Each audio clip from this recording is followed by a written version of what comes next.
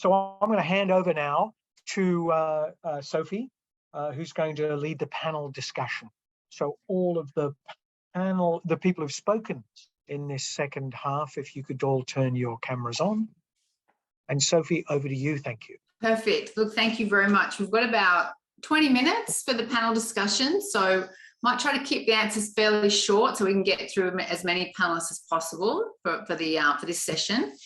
Again, if you've got questions in the audience, just pop them in the Q&A box and we'll aim to get through as many as we can. So Dr. Nick Watts gave a great presentation. He said that we need to act now. Now is the time. You need to think about what you can be doing straight away, not in like 5 years, 10 years, whatever. While we've been speaking, breaking news, Federal Minister Greg Hunt has announced he's resigning from Parliament, which was sort of on the cards. So I'm going to appoint all of you for this next 20 minutes. So you've all been made the Health Minister for the next 20 minutes. What is the first thing that's going to be on your to-do list to make the healthcare system more sustainable and to really act on some of the issues we've talked about in this session? So I'm going to start with Forbes. What would you do? What's top of your to-do list? I'd become the Prime Minister. Yeah. Or the Treasurer. Yeah, and I sort of somewhat mean that facetiously, but I would certainly be collaborating with other ministers to see what could be done. In particular, my one point would be just simply increasing the amount of investment in preventive health. As an ICU physician, maybe I shouldn't be saying that, but yeah, I'm at the pointy end, and I think we should just be investing more in preventive health. What about from a structural point of view? You were talking about the importance of embedding sustainable development units in government departments, and what difference would that make, Forbes, if we had that approach? Well, it'd make it real. It means that we actually care about it and we're going to do something about it because there's investment of money, and further, you can actually save lots of money on, as Nick Watts has alluded to from the UK. So I think that that's probably number two. Yes, embedding sustainable development units at the national level and then encouraging those at the state level as well. Because don't forget that the federal government actually chips in almost half of the cost of all public hospitals in Australia, which are state-based. So I think that those sorts of processes is important because it would mean that you can make systematic changes rather than just this piecemeal going on. With all due respect to the Doctors for the Environment and Climate Health Alliance, all the other groups, they're great, but they're not really, it's not system change that's happening at the moment. Thanks, Forbes. Okay, and Rochelle, what about from your point of view? If you, what's the key thing that you see needs to change from a structural level? What policies or initiatives would you put into place if you had the say, if you were in charge? So I've just put my audio on. I hope you can't hear my big thunderstorm in the background. No, all good. It looks like you're in Tuscany, that background. It's Lake Como, but very jealous. I'm thinking from the overtreatment and overdiagnosis. I would put teeth into the MBS review, and I would commission proper MSAC-like processes to get rid of the 40% of healthcare that's unnecessary and harmful, and I just get rid of it and not accept any phone calls from lobby groups, and then I would try and address regulations. So I'd stop all the vested interests from directly going to clinicians and hospitals with their wares. I know it's still whack-a-mole, but I would try and do that as a first up, and I'd get the buy-in from all the professional societies. So I'd ramp up the choosing wisely, but make it have teeth and make it, CMEs, and maybe I'd change fee for service. Actually, that's what I do. I'd probably just get rid of fee for service completely. We're all just employed, so we don't get any more money if we do less procedures. That's probably what I do. Yes, that's because the activity-based funding rewards more people going to hospital and staying there for longer. Alex, what about you? You were nodding there wildly when Rochelle was talking. What would you do? What are the key policies that you would put into place? I totally agree. We need teeth. And so the two things that I would do to give teeth I would make an act like the Climate Act or a Climate and Health Act that actually gives teeth and requires there to be action. So it would do, as Tony Capon was saying, it would really authorize, it would give a platform, a mandate for change. So I'd do that. And the second thing I would do is that I would change the processes of funding for PBS reimbursement and Medicare reimbursement to require carbon costs to be considered alongside health outcomes and financial costs.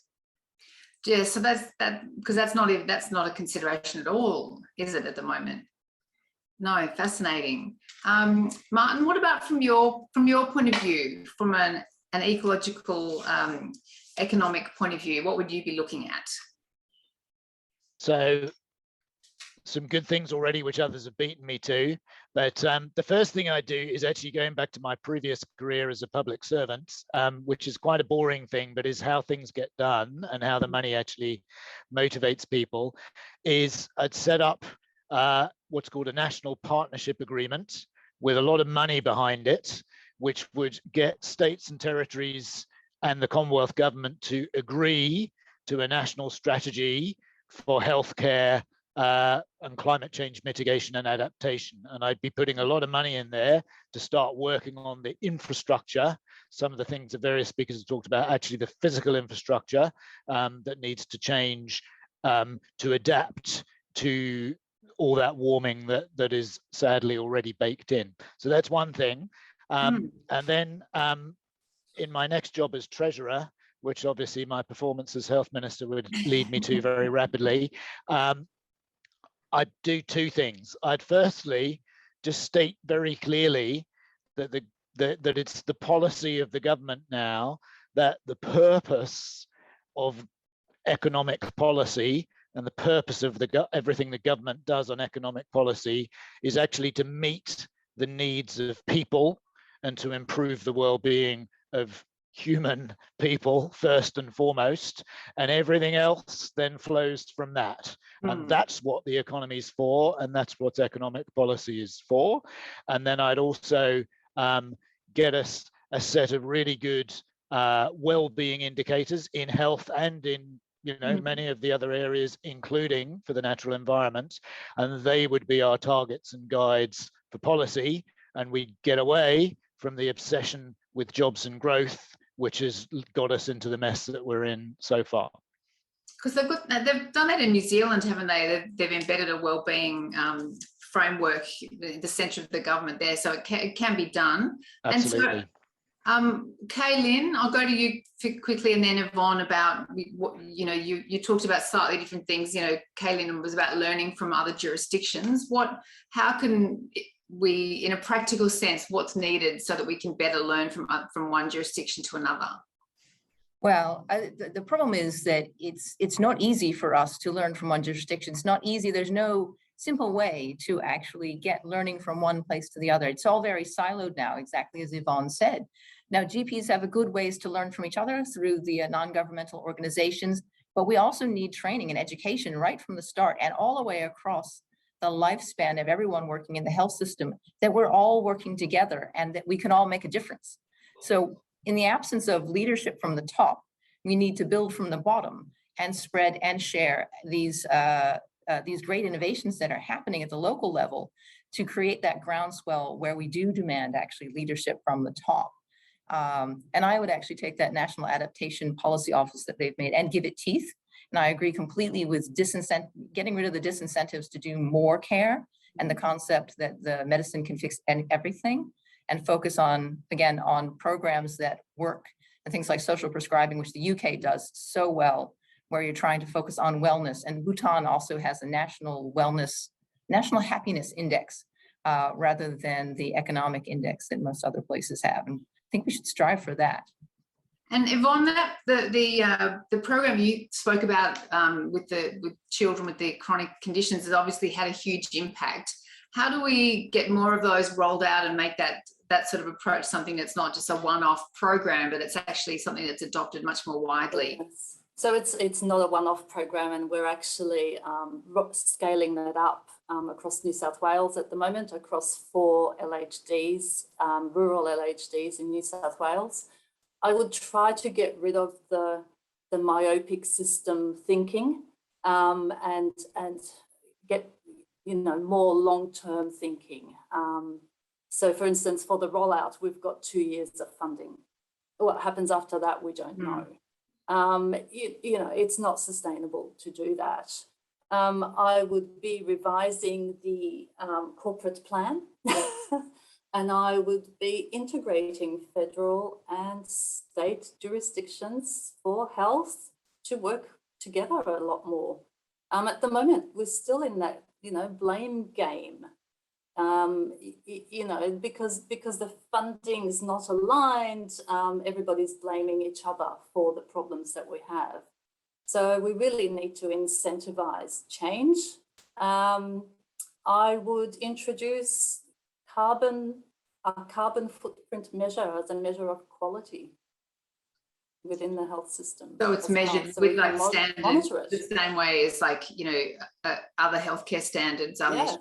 Carbon would be seen as a standard as well. And Steffi, I was really interested to hear your perspective. The UK seems so much further ahead than Australia, and you could see there was a lot of interest in those initiatives that you spoke about, those practical initiatives like the Green Ward and the Green Spaces for Mental Health. How can Australia learn from what's happened in the UK and follow the example? And I'm interested to find out what were the key drivers that has got the UK to be in such a good, so much further along the track than we are. I mean, at the Sustainable Development Unit level, it's just been, they've really pushed and it's been interesting, but I maybe will comment from a bottom-up approach rather than a top-down. It sounds as though with this group of people, you will be able to push something through that's top-down. But what I've seen from bottom-up is that most health managers, health administrators, and clinicians want to live their values. And most people are concerned about their children's future, and they just don't see the link between their work and the health service.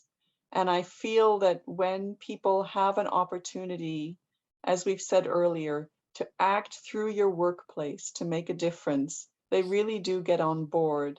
And even, you know, in the crushing, you know, depressing situation that we're in, that all health systems are really struggling with pandemic services, people take energy from the fact that they can live their values, they're not alone, they're connected with other people, and they feel that their legacy will be a positive one.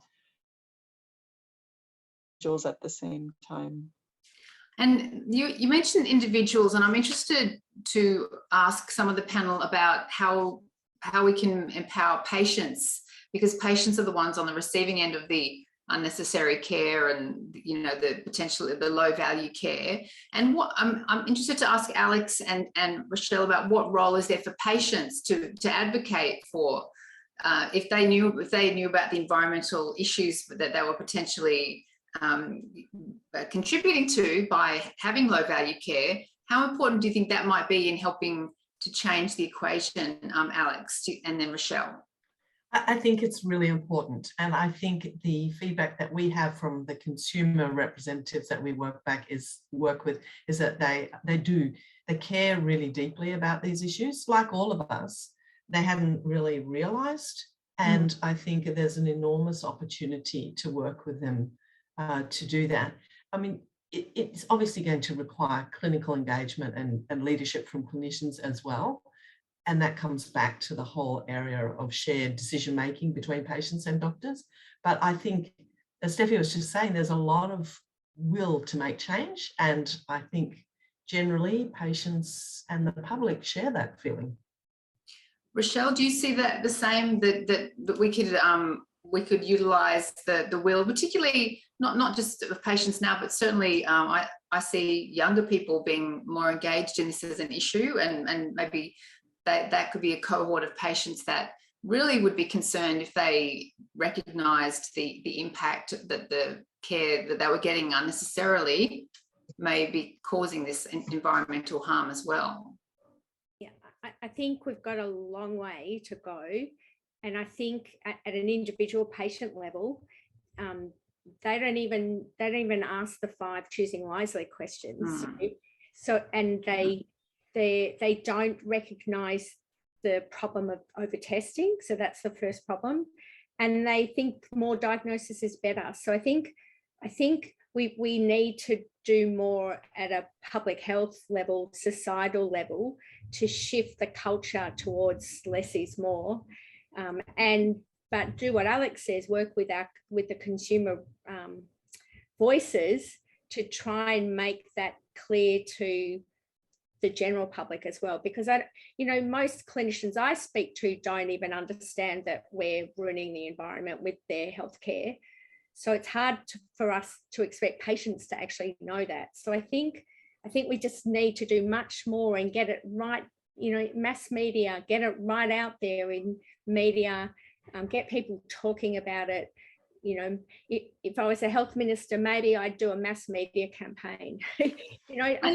And I was thinking about it, but that does make a difference. Like you think about when there was big campaigns to say, get rid of like the plastic straws and plastic cups and things like that. And that became a big movement that consumers really got on board with, because they were told and really were made aware of the environmental damage that was doing. And then that forced, and then companies then got rid of plastic bags at supermarkets. And so I think there is that consumer will to change, but they've got to be made aware of the damage or that they may be doing unwittingly by their behaviours. So we've only got about 5 minutes left. So I'm just going to go around to the panel, and then I'm going to throw over to Jeffrey at the end for some final wrapping up of remarks.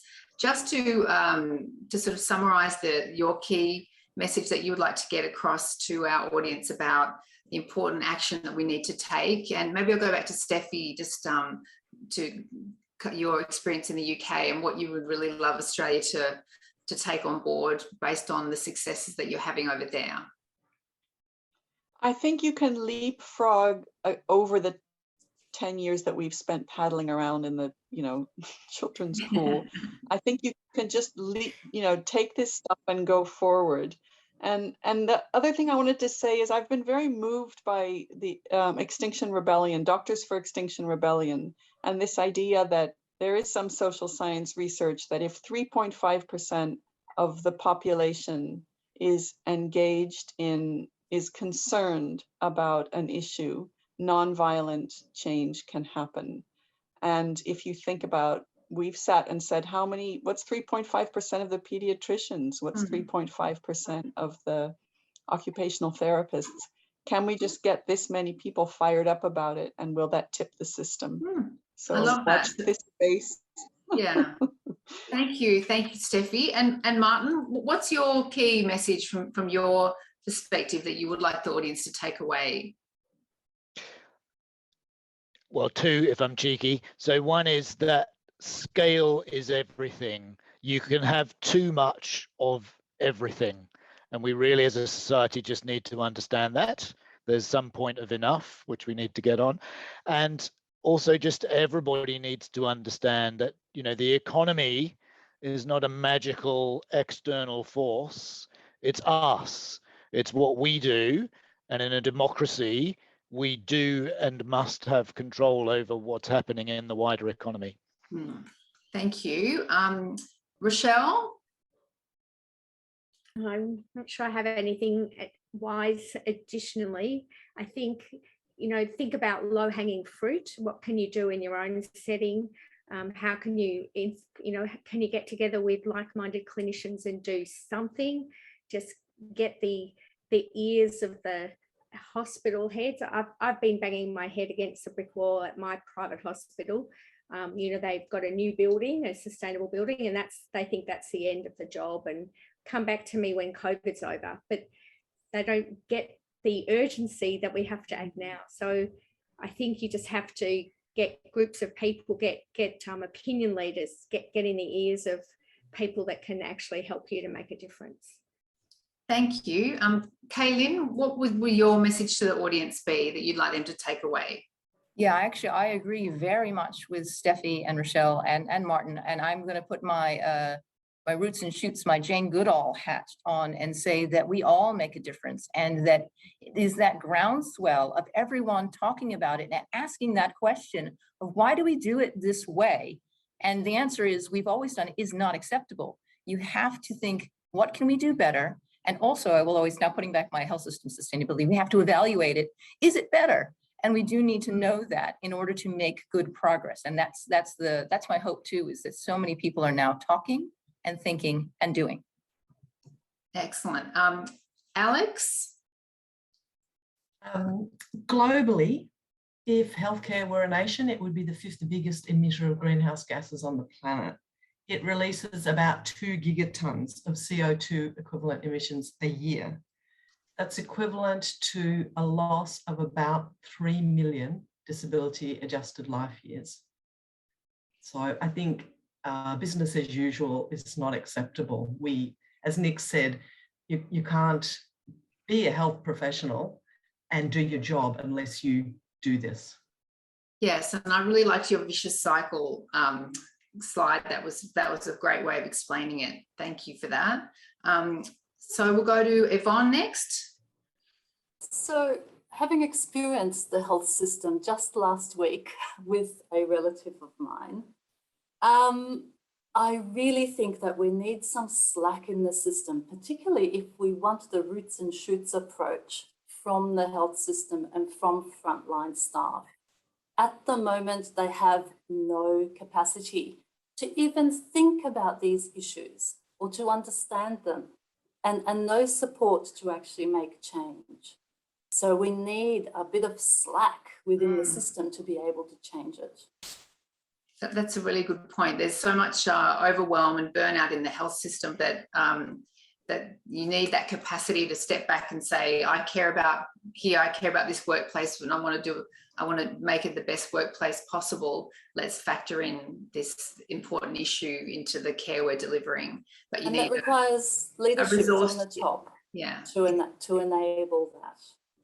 And I think Forbes is the only one we haven't heard from. So Forbes, and then I'll hand back to you, Jeffrey, for the final remarks. Thanks. I think they're all really good comments. So action is the antidote to anxiety. It's certainly my antidote. I think on an individual micro level, yes, just leading by example and reducing the amount of waste and stuff that you're using, avoiding and reducing it at work. At the communal level, joining ANMF, CAHA, Doctors for the Environment Australia is really important because it makes you feel less alone. And you can really start to make a difference there. And I think writing to the CEO of the hospital saying, why is it that we're building new hospitals based on gas? All these sorts of things are actually quite important and quite powerful because it builds momentum. Thanks. And that's interesting. That's in our previous session with the CEO of Bupa. He was saying that the customers and the employees started saying, why aren't we doing something? You know, why aren't we taking action? And then they took action. All right, so look, thank you everyone for that amazing panel. Again, I just wanted to remind everyone in the audience that all these presentations and the discussions will be available on the YouTube channel. We'll pop that up again in the chat, but I've asked Kayleen if we can send the link out to all the people who have registered for this session so that you can watch the presentations again. And yeah, thank you so much. It's been amazing food for thought for me, as well as I'm sure everybody in the audience. It's really given us pause to think about what we should be doing, not just in the future, but literally from tomorrow morning. So thank you, and I'll hand over to Jeffrey. Thank you, Sophie. One thing that has occurred to us during this afternoon, which is there's so much richness here. We may well approach you and see if you want to write a chapter in a book. There's almost a book just this afternoon in the things that we've heard. We heard chapters in books as well as fantastic presentations. So don't be surprised if we come back to you on that. So I'd like to thank the organising committee, which is really the Partnership Centre and the Institute and all the people who are in the Partnership Centre and especially the Observatory. Thanks, Sophie Scott, for always navigating us to a lovely place and asking the challenging questions. To Croaky and Chrissy Clay and all the speakers and the participants. But I'd like to finish on a couple of notes. One is, I think there's an elephant in the room. The elephant in the room is the politicians who either deny climate change or who don't believe it for political purposes. And I'm not sure which is worse. And I think we have to do something about that in Australia. That was my political statement. I used to give talks, and I used to suggest that humans, it had occurred to me, this is 10 years ago, humans were smart enough to create the world that we currently have, but not smart enough to solve the problems that creating that world has thrown up. And I used to think, oh, that's me being pretty smart giving talks. However, I don't believe that anymore. And this afternoon has underscored that. You know, humans can walk and chew gum at the same time. We can create the world we've created, but solve the problems that we've created by creating that world. And that's what today was all about for me. So a few things for me, just takeaways that I've taken from this afternoon. We know what to do. Now we have to intensively do it. And we can't wait around for the people who are naysayers. We just cannot do that anymore. We need to set an example in healthcare.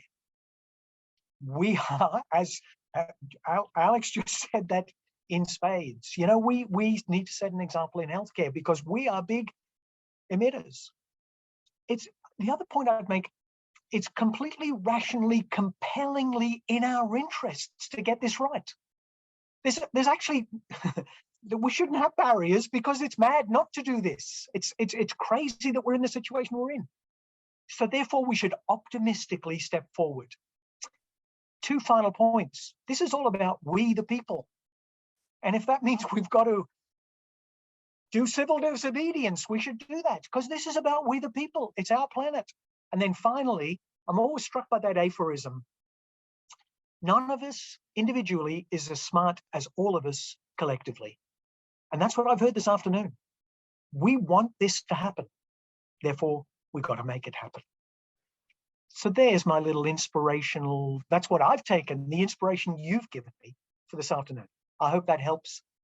And I think we should start to close the meeting. So why don't I do that? Can I thank everyone for participating and say, this is an ongoing debate. It's not just a webinar for an afternoon. Thank you, everyone, for your wisdom and your participation, your questions, and your intellectual power. It's been a privilege. Thank you very much indeed.